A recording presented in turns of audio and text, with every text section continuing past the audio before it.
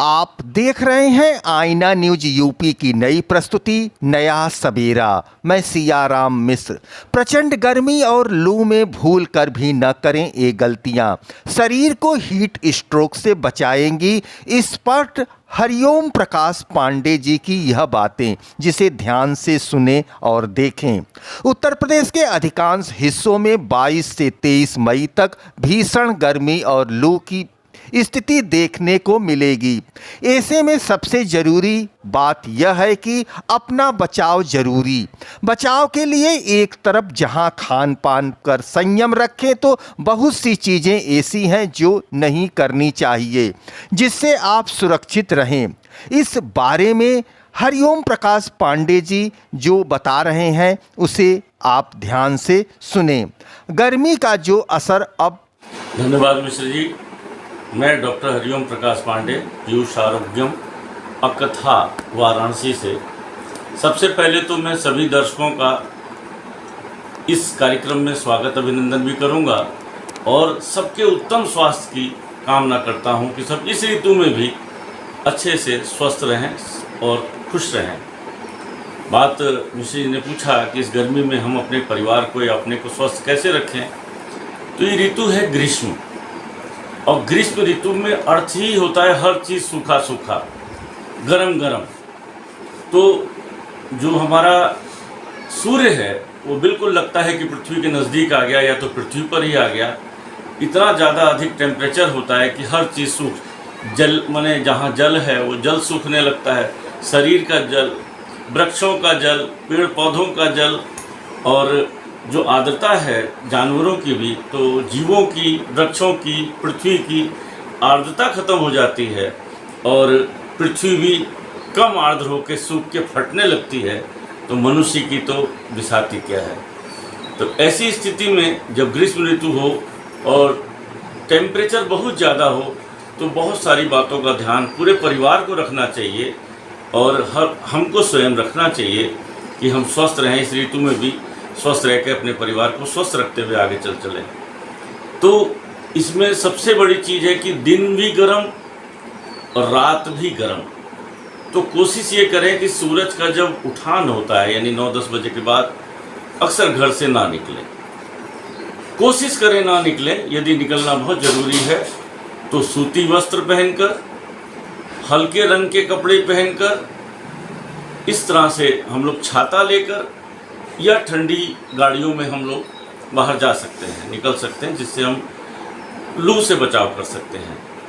हमारा खान पान कैसा हो, तो पहले ये आदान काल की अंतिम ऋतु है। इसमें हमारा जो भोजन पाचन का जो बल है शरीर का, वो लगभग बहुत कम हो जाता है। एक श्लोक है, आदा वंते च दौर्बल्यम विसर्गा दान योजनाम। आदान काल की अंतिम ऋतु में बल बहुत कम होने की वजह से शारीरिक बल भी क्षीण हो रहा है और हमारी जो जाठराग्नि का बल है वो भी क्षीण हो रहा है, पाचन ठीक से नहीं होता। तो हमको क्या खाना चाहिए, क्या पीना चाहिए, कैसे रहना चाहिए, रहने में मैंने बता दिया। हल्के सूती वस्त्र पहने, छाता लेके चलें, गर्मी से बचाव करें, अनावश्यक धूप में ना निकलें और ठंडी जगहों पे रहें। रात में जब बताया कि बिजली भी नहीं रहती है, लाइट भी नहीं रहती है, तो कोशिश करें छत को साफ़ सुथरा करके, गीला करके, मच्छरदानी लगा के छत पर हम सो सकते हैं। और अगर हमारे पास कमरा ऐसा हो जो खुला हो, हवादार हो, तो रात में हम कमरों में हवादार करके खोल के सो सकते हैं। भोजन पानी में तो सबसे पहले, जब हमने पहले ही बता दिया, जलीयांश हमारा ख़त्म हो जाता है, तो जलीयांश को बचाने का काम करना चाहिए। तो पेयजलों में, पेय में हमको पन्ना कह सकते हैं आम का, सत्तू का जो लस्सी जिसको बोलते हैं वो ले सकते हैं, छाछ है, मट्ठा है, दही घोल के, जिसको मस्तू, दही का पानी ले सकते हैं, दही घोल के ले सकते हैं, और लिक्विड टाइप के कम ठंडे पदार्थ, माने फ्रिज का भी पदार्थ हमको नहीं लेना है। ये भी हमको ध्यान रखना है, क्योंकि हमारी जाठराग्नि वैसे ही कमज़ोर हो रही है और बहुत ज़्यादा अगर हम ठंडे जल का प्रयोग करते हैं तो जाठराग्नि और कम हो जाती है, तो इनडाइजेशन, अपच हो जाती है, कभी दस्त लग जाएंगे, कभी साफ़ सुथरा माने उल्टियाँ शुरू हो जाएंगी। उसका कारण भी यही होता है। दूसरे पेय पदार्थों में शरबत हैं, जैसे बेल का शरबत हो गया, मौसमी फल जो हैं, मौसमी फल हैं, उनके रस हो गए, जिसमें साइट्रस फ्रूट है, नींबू का पानी है, आम के पन्ने मैंने बताए हैं। लेकिन कोल्ड ड्रिंक से परहेज करें, वो हमारा पेट शुद्ध नहीं है। और फ्रिज के पानी से भी आपको परहेज करना चाहिए। उसकी जगह हम घड़े या मिट्टी के बर्तनों के पानी का प्रयोग कर सकते हैं। नारियल पानी बहुत अच्छा विकल्प इस समय हमारे उत्तर भारत में हो गया है, पहले तो दक्षिण भारत में ज़्यादा था। इसको अगर नारियल पानी हम लें तो दो फायदे, एक तो उगाने वाला किसान भी खुश और हम लोग भी प्रसन्न। अगर हम मटकों में जल पीते हैं तो बनाने वाले कुम्हार भी खुश और हमारा भी शरीर स्वस्थ। तो इस तरह से हम देश के लिए और अपने लिए भी इसमें कुछ कर सकते हैं। तो मटकों का पानी पीने से हमको मिनरल वाटर मिलता है, क्योंकि मटके के अंदर मिट्टी में मिनरल्स होते हैं, वो हमारे शरीर के जो पसीने से हमारे मिनरल्स निकलते हैं उसकी आपूर्ति करता है। नींबू पानी है, शरबत है। अगर किसी को डायबिटीज़ नहीं है तो मीठे शरबत पी सकते हैं, लेकिन चीनी के प्रयोग की जगह अगर गुड़ का प्रयोग करें तो मुझे लगता है कि सबसे अच्छा होता है। गुड़ अच्छा है चीनी से, कृत्रिम जो स्वीटनर्स हैं उससे अच्छा है, ये ले सकते हैं। खाद्य पदार्थों में आजकल बहुत हरी सब्जियां आती हैं, साग बहुत अच्छे आते हैं चौलाई वगैरह के, लौकी है, तुरई है, नेनुआ है, ये सब का प्रयोग कर सकते हैं। बहुत अच्छे फल हैं, बहुत अच्छी सब्जियां हैं। इनको लेके हम शरीर को स्वस्थ और तरोताज़ा रख सकते हैं। फलों में खरबूजा है, तरबूज है, जिसमें अधिक जल होता है, ऐसे फलों का प्रयोग हम खूब करें। इस तरह से हम खान पान करके अपने शरीर को स्वस्थ रखने का प्रयास कर सकते हैं। और बस बचाव यही करना है कि हम धूप से बचें, लू से बचें।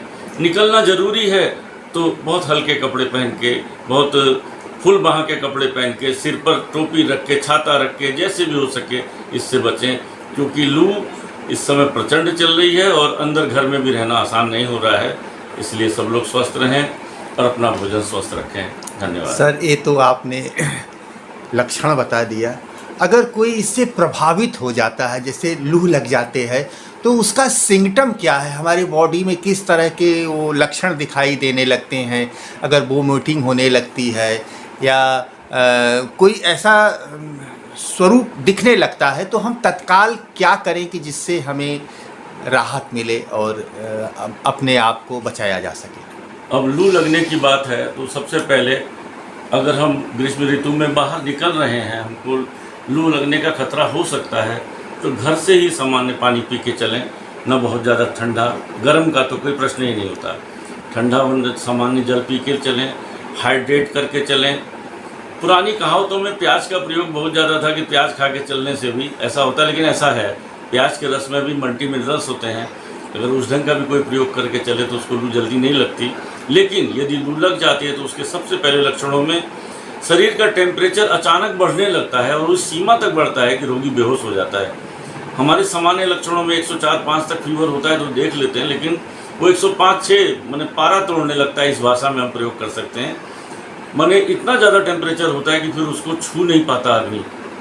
दूसरी चीज़, बेहोशी छाने लगती है, उल्टियाँ होने लगती हैं, किसी किसी को दस्त भी होने लगते हैं, चक्कर भ्रम बहुत आता है, बहुत चक्कर आता है, और मेंटल अपसेट की तरह लगता है रोगी, क्योंकि इलेक्ट्रोलाइट इम्बैलेंस हो जाता है। तो ऐसे रोगी को सबसे पहले यदि होश में है और टेम्परेचर है तो उसको ठंडे स्थान पर लाएँ, जहाँ भी ठंडा स्थान है, और उसके शरीर को पोंछकर उसका टेम्परेचर कम करें। उसको पोंछने के लिए बर्फ़ के पानी का इस्तेमाल ना करें, सामान्य जल के पानी से हम लोग पोंछ सकते हैं, क्योंकि हमारे शरीर का टेम्परेचर 37 होता है और ये 40 तक हो जाता है। तो अगर हम 27 डिग्री 25 डिग्री के टेम्परेचर से अगर हम पोंछ दें तो शरीर का टेम्परेचर डाउन हो जाता है, और बाकी उसको इलेक्ट्रोलाइट्स पिला सकते हैं और औषधियाँ देकर डॉक्टर के पास पहुँचा सकते हैं। Education is the key for unlocking new world of opportunities. It is a passport to freedom. At Ambition School Varanasi, our mission is to provide quality education or child care in a respectful manner that builds a foundation of life. We have world-class education pattern, integrated curriculum, holistic development and child-centric learning, stress on Indian core values system, smart classes, maths lab, activity rooms, computer lab, dance, music, art and craft studio or indoor game, library, safe and secure GPS-enabled ACT transport facilities. Rooted in tradition, rising in technology. Ambition School Varanasi, GT Road Padav, near Puneet Automobile, Varanasi. Mobile number 7081005522 7081005533. We make better India.